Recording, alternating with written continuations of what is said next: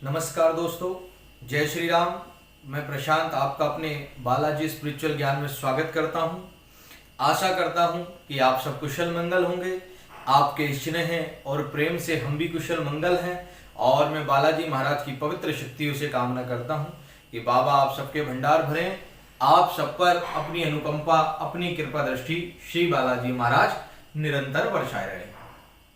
आज का ये वीडियो एक छोटी सी जानकारी लेकर हाजिर हुआ हूँ कि ब्रह्मचर्य को लेकर बहुत से लोगों के मन में संशय रहता है कि ब्रह्मचर्य क्या है, ब्रह्मचर्य का पालन किस प्रकार करना चाहिए, किस प्रकार ब्रह्मचर्य को धारण करना चाहिए और ब्रह्मचर्य का मेन तात्पर्य क्या है और इसका मेन उद्देश्य क्या है, किस प्रकार इस कार्य को हमें करना चाहिए और इसका सही मतलब क्या है, इसको जानेंगे। आज हम वीडियो को अंत तक जरूर देखिएगा और जिन लोगों ने हमारे चैनल को सब्सक्राइब नहीं किया वो हमारे चैनल को सब्सक्राइब कर देना, पास आए बेल आइकन को दबा देना, जिससे आने वाली अपडेट, आने वाली वीडियो आपको मिलती रहे।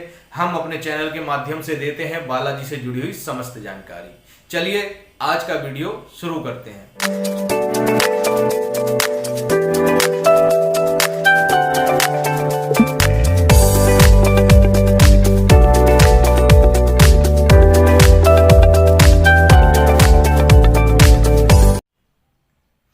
अगर मैं ब्रह्मचर्य की बात करता हूं तो बेसिकली हम सब जितना भी जानते हैं या हमें जितना बताया गया है उसके अनुसार ब्रह्मचर्य क्या है।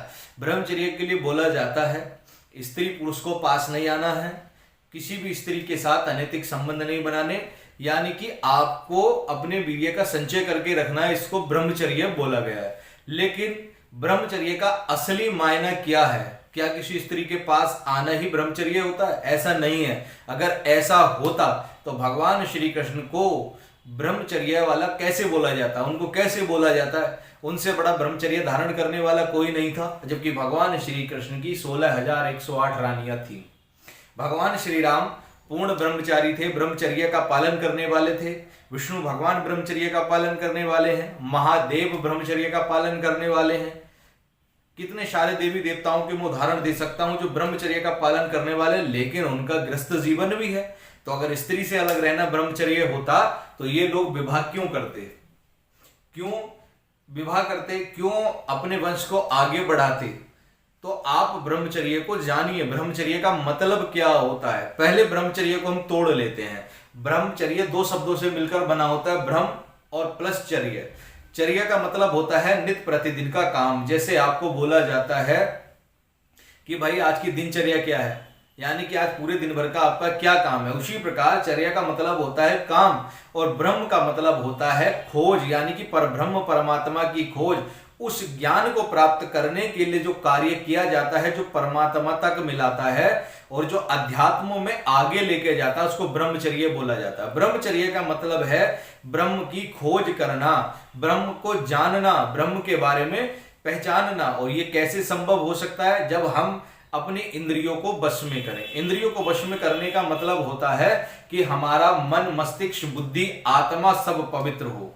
स्त्री को छूना ही नहीं, आपके दिमाग में भी स्त्री नहीं होनी चाहिए, तब कहलाता है पूर्ण ब्रह्मचर्य। जब आप किसी स्त्री के बारे में ना मन से सोचते हैं, ना ध्यान में सोचते हैं, और छूना तो दूर की बात है, उसको पूर्ण ब्रह्मचर्य कहते हैं। ब्रह्मचर्य में वीर्य संचित करना माना गया है, लेकिन इसके अनुसार इसके अलावा भी ब्रह्मचर्य में खाना, प्रत्याहार, योग, नियम, आसन, ये भी ब्रह्मचर्य का ही अंग है।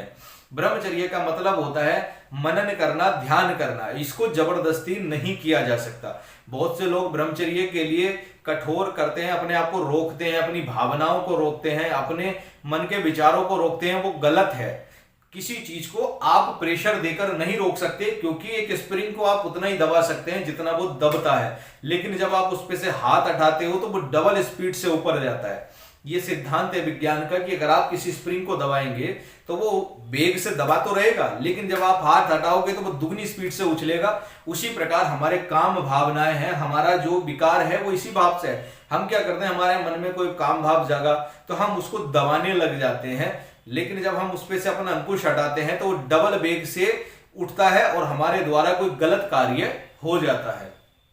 ब्रह्मचर्य को समझिए, ध्यान लगाइए। ब्रह्मचर्य कोई ऐसी चीज नहीं है कि उसको आप जबरदस्ती धारण करोगे। ये धीरे धीरे आने वाली चीज है, स्वतः ही मनुष्य के शरीर में आती चली जाती है। जब आप प्रभु की भक्ति में लगोगे, ध्यान धारण करोगे, प्रभु के पाठों का मनन करोगे, मंत्र जाप करोगे और हर समय प्रभु भक्ति में लगे रहोगे, शुद्ध सात्विक भोजन ग्रहण करोगे, समय से निद्रा लोगे, और जो अष्टांग योग है, अष्टांग योग का पालन करोगे, जो नियम होता है, नियम प्रत्याहार, प्राणायाम, आसन, समाधि, जब इन स्थितियों को आप प्राप्त करने लग जाते हो धीरे धीरे स्टेप बाय स्टेप, तो ब्रह्मचर्य आपके अंदर आना शुरू हो जाता है। क्यों?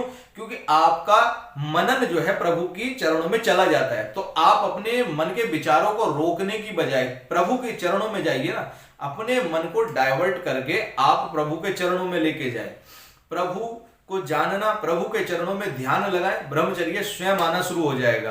क्योंकि अगर आप जानबूझकर ब्रह्मचर्य को रोकने की कोशिश करोगे, इंद्रियों का दमन करोगे, तो उससे एक तो इंद्रियां शिथिल हो जाएंगी, इंद्रियां शिथिल होने से आपको नुकसान होगा, आपका पेट खराब हो सकता है, आपकी इंद्रियां खराब हो सकती हैं, आप नपुंसकता को प्राप्त कर सकते हो। ये सारी चीजें जो है ब्रह्मचर्य धारण करने वालों में आ जाती हैं। ब्रह्मचर्य का मतलब होता है ब्रह्म को जानना। आप समझो, ब्रह्मचर्य का मतलब है ब्रह्म को जानना, ना कि अपने काम भावनाओं को रोकना। ग्रस्त जीवन में रहकर एक पत्नी के प्रति भी अगर आप आस्थावान हैं, सच्चे हैं, तो आप ब्रह्मचर्य का पालन कर रहे हैं। ऐसा नहीं है कि स्त्री को छूने से ब्रह्मचर्य खंडित होता है, स्त्री को छूने से ब्रह्मचर्य खंडित नहीं होता। मन से, क्योंकि जो भी पाप होते हैं वो मन से होते हैं, पाप शरीर के द्वारा नहीं, मन के द्वारा किए जाते हैं, क्योंकि मन ही उन सब का भोगता है, मन ही पाप कराता है, मन ही सुख दुख को भोगता है, कर्मों को भोगने वाला हमारा मन है। तो मन को प्रभु भक्ति में लगा लो, ब्रह्मचर्य अपने आप आ जाएगा। फिर आपको कहीं किसी ऐसी जगह जाने की जरूरत नहीं पड़ेगी, ऐसे भटकने की जरूरत नहीं पड़ेगी कि आपको उसको दबाना है, रोकना है। बहुत से लोग योग शिविर में जाते हैं, यूट्यूब पे देखते हैं कि ब्रह्मचर्य को कैसे रोकें, हमारे अंदर गलत आदत हो गई, उन आदतों को कैसे छोड़ें। तो आदत छोड़ने के लिए आध्यात्मिक किताबें पढ़िए, गीता पढ़िए, रामायण पढ़िए, शास्त्रों का अध्ययन करिए, मनन करिए। जब आपके मन में बुरे विचार आए, राम नाम का जाप करें, प्रभु भक्ति में लगे, अच्छे गुरु के सानिध्य में जाए, गुरुजनों के प्रवचनों को सुने, भागवत कथा को सुने, भागवत कथा को जाने, और इन चीजों में अपना मन लगाइए। जब आपका मन इन सब चीजों में लग जाएगा तो फिर आपको कहीं भटकने की जरूरत नहीं पड़ेगी, और आपको यह भी नहीं पड़ेगा कि भाई ब्रह्मचर्य हमारा खंडित हो रहा है, फिर नहीं होगा। तो ब्रह्मचर्य को आप जानिए, केवल संभोग करना या स्त्री के साथ छूना जाना यही ब्रह्मचर्य खंडित होने का कारण नहीं है। आपके दिमाग में अगर कुछ गलत भावनाएं चल रही हैं तब भी आपका ब्रह्मचर्य खंडित हो रहा है। यदि आप कुछ गलत देख रहे हो और उसको देखने के बाद आपके मन में भाव जाग रहे हैं तब भी आपका ब्रह्मचर्य खंडित हो रहा है।